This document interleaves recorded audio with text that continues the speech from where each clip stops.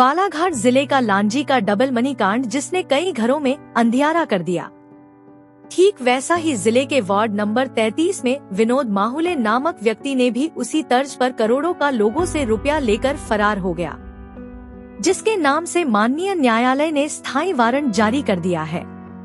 आज निवेशक उसकी गिरफ्तारी को लेकर बालाघाट के आईजी ऑफिस पहुंचे और उसकी गिरफ्तारी को लेकर निवेदन किया। ठगी के शिकार सुरेश बघेल ने बताया कि लगभग उनकी जानकारी में 40 करोड़ रुपए लोगों का दबाकर विनोद माहुले फरार है।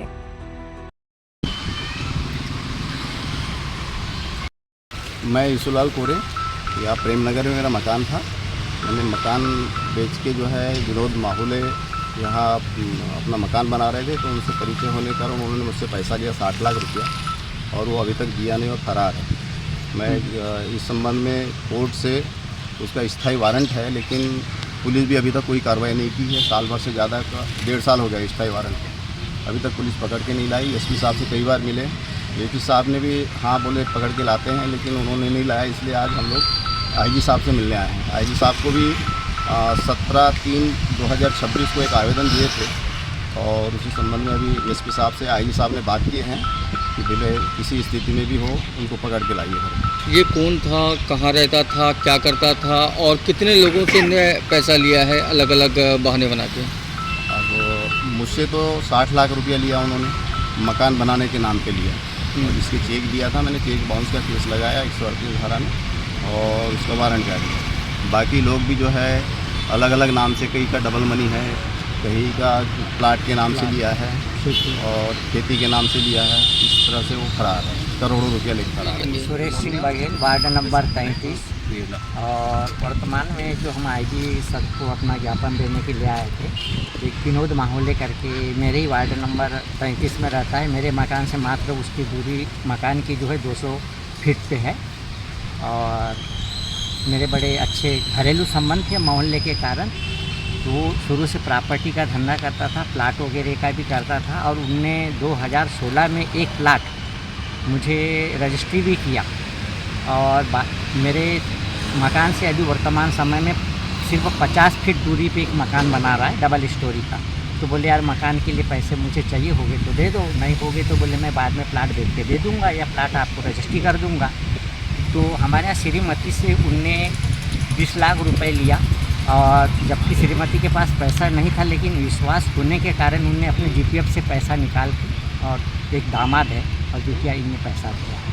और उस समय हमने बोला ठीक है भाई, आप पैसा वापस नहीं कर सकते तो हमें प्लाट की रजिस्ट्री कर दो। हाँ हाँ करते रहा, और उसके बाद में वो गायब हो गया। टोटल कितना पैसा था आपका? 20 लाख रुपये। मेरे उसमें मेरे रिलेशन भी है। क्या चेक दिए थे या लिखा पढ़ी कुछ हुई? नहीं, लिखा पढ़ी में ये था कि उनने तो भाई हमने उसको 10% पैसा देने के बाद उसने अपने प्लाट की हमें रजिस्ट्री कर दिया था, नहीं पैसा, इस प्रकार से विश्वास था। अच्छा। लेकिन बाद में उसने हमसे विश्वासघात किया। 20 लाख के कितने रिटर्न करने कहा था, कितने दिनों में? नहीं, हमारा उससे संबंध नहीं है, वो प्लाटिंग से संबंध है और मकान बनाने से संबंधित है। अच्छा, आपको कब मालूम चला कि ये धोखाधड़ी कर दिया आपके साथ? ये धोखाधड़ी अब जब सब आने लगे तो हमने बोला यार हमसे भी इसने इसी प्रकार का किया है। तो उसके बाद हमें पता लगा कि इसने तो इतने लोगों से लिया, और हमने टोटल लगाया तो कम से 40 करोड़ का लगभग है।